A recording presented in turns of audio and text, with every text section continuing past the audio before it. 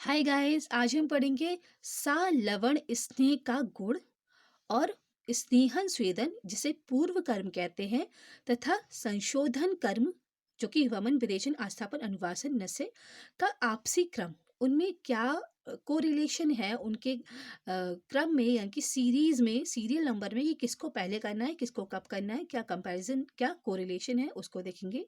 तो सबसे पहले देखते हैं सा लवण स्नेह का गुण। श्लोक पर आते हैं। लवणो उपहिता स्नेहा स्नेहयन तत् अतिचिरा नरम तद अभिषंद्य अरूक्षम च सूक्ष्म उष्ण व्यवायी च। इसका रेफरेंस है चरक के सूत स्थान के 13 चैप्टर का, यानी कि स्नेह अध्याय का 98 श्लोक। तो नमक अभिषंदी तद्यम अभिषंदी अरूक्ष अरूक्ष होता है, सूक्ष्म होता है, उष्ण होता है और व्यवायी होता है।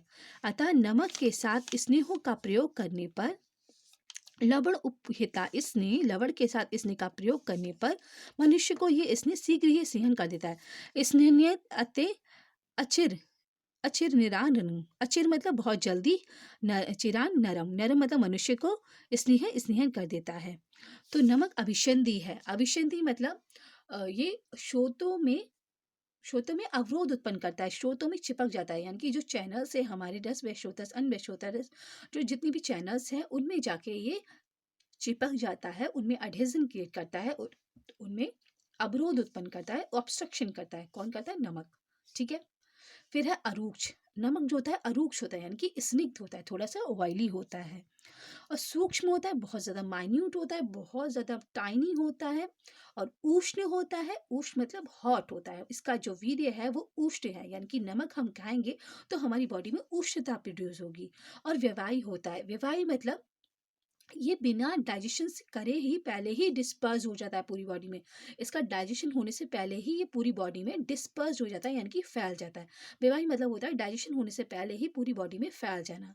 ठीक है। तो क्या क्या गुण देखे हमने नमक के?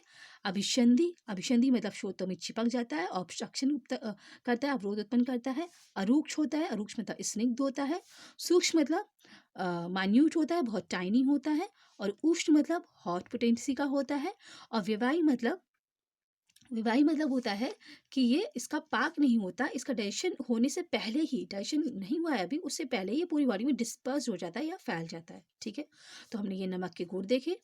अतः नमक के साथ स्नेह का प्रयोग करने पर मनुष्य को ये स्नेह शीघ्र ही स्नेहन करता है। इसलिए अगर नमक के साथ हम स्नेह का प्रयोग करेंगे, स्नेह द्रव्य है उसमें अगर नमक मिलाएंगे तो ये शीघ्र ही स्नेहन कर देगा। क्यों कर देगा? क्योंकि विवाही है, फैल जाएगा। स्निग्ध भी है, अरूक्ष है, और सूक्ष्म माइन्यूट है, तब भी फैलेगा। अभिसंधि है, श्रोतों को जाके उसमें श्रोतों में जाके बहुत जल्दी से लग जाएगा, तो स्नेहन हो जाएगा सारे श्रोतों का। और उष्ण भी है। ठीक है। तो ये इसलिए शीघ्र ही स्नेहन कर देता है। अब हम देखेंगे पूर्व कर्म, यानी कि स्नेहन स्वेदन तथा संशोधन कर्म का आपसी क्रम। तो पूर्व कर्म यानी कि स्नेहन स्वेदन को पूर्व कर्म कहते हैं। जो हम स्नेहन, हमने स्नेह अध्याय पढ़ा है, इसमें स्नेहन जो है पूर्व कर्म के लिए भी, पूर्व कर्म मतलब पहले कर्म, पूर्व मतलब पहले, कर्म मतलब कर्म मतलब क्या कहते हैं उसे, वर्क या फिर डीड कह सकते हैं। तो पूर्व पहले की डीड, पहले पहले करने वाली डीड, तो वो क्या है? स्नेहन स्वेदन है। और संशोधन कर्म, संशोधन मतलब वो होता है डिटॉक्सिफिकेशन करना बॉडी का। तो इसमें वमन विरेचन आस्थापन अनुवासन नस्य ये सब आता है। तो इनका आपसी क्रम क्या है? इनका आपसी मतलब इंटर रिलेटेड सीरियल नंबर क्या है, किसको पहले करना है, इसको देखते हैं। तो श्लोक पर आते हैं। स्नेहम अग्रे प्रयुञ्जीयेत् तथा स्वेदम अनंतरम स्नेह स्वेदा उपपन्नस्य संशोधन इतरेतरता। इसका रेफरेंस है चरक सूत्र स्थान के 13 चैप्टर का 99 श्लोक। तो संशोधन क्रिया करना आवश्यक हो तो सर्वप्रथम स्नेह का प्रयोग करना चाहिए। स्नेहम अग्रे, स्नेह, स्नेह मतलब स्नेहन, अग्रे मतलब पहले, प्रयुंजित स्नेहन पहले करते हैं, तत् स्वेद अनंतरम उसके बाद स्वेदन करते हैं। स्नेह स्वेद उपपन्न से जब स्नेह स्वेद हो जाए तो संशोधन करते हैं। ठीक है। संशोधन क्रिया करना आवश्यक हो तो, अगर हमें संशोधन क्रिया करना आवश्यक है, अगर हमने पेशेंट को एग्जामिनेशन किया, इन्वेस्टिगेट किया, उसका पूरा प्रकृति वगैरह सब कुछ टेस्ट किया, उसका 10वीं परीक्षा करी, फिर हमें पता चला कि उसमें संशोधन क्रिया करना आवश्यक है। अगर संशोधन क्रिया करना आवश्यक है तो उससे पहले हमें सर्वप्रथम स्नेह का प्रयोग करना चाहिए। स्नेह अग्रे, स्नेह का सर्वप्रथम प्रयोग करना चाहिए। जब स्नेहन क्रिया उचित रूप में हो जाए तब स्वेद का प्रयोग करना चाहिए। जब प्रयोजित तथा स्वेदम अनंतरम, अनंतरम मतलब उसके बाद स्नेहन क्रिया हो जाए तो उसके बाद स्वेदन का प्रयोग करना चाहिए।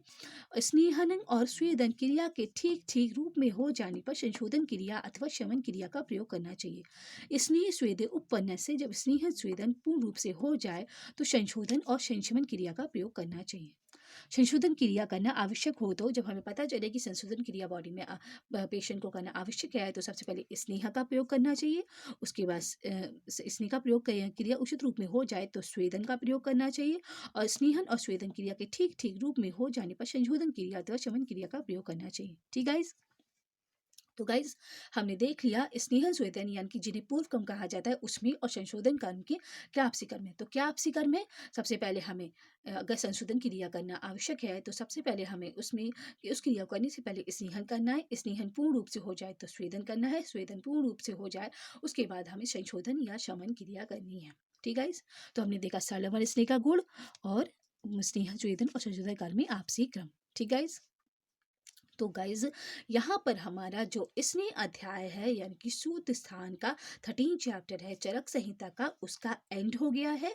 वो पूरा बाय गॉड्स ग्रेस कंप्लीट हो गया है। ठीक है, अब हम इससे आगे वाली वीडियोस में और भी इम्पॉर्टेंट टॉपिक्स चरक संहिता के या सुश्रुत के जो भी या अष्टांग हृदय के जो भी हमारे लिए बेनिफिशियल होगा अभी इस टाइम पर उसको हम रीड करेंगे। ठीक है, और आप चैनल पे जाके एक टेस्ट सीरीज़ है वो भी उसमें भी अपियर हो सकते हैं। टेस्ट सीरीज़ में 10 क्वेश्चंस अपलोड किए हैं, तो आप सेल्फ असेसमेंट और वेरियस कॉम्पिटिटिव और एकेडमिक एग्जाम्स के लिए जो मल्टीपल चॉइस क्वेश्चंस होते हैं उसके लिए बेनिफिशियल है। तो आप और श्लोक का भी हम असेसमेंट कर सकते हैं कि हमें श्लोक लर्न हुए हैं या नहीं हुए हैं। तो आप चैनल पे जाके उसमें अपियर हो सकते हैं, अपने स्कोर कमेंट कर सकते हैं और कि हम अपनी टीचिंग को और भी बेहतर कर सकें। ठीक है, till then thank you, have a nice day. जय हिंद, जय भारत।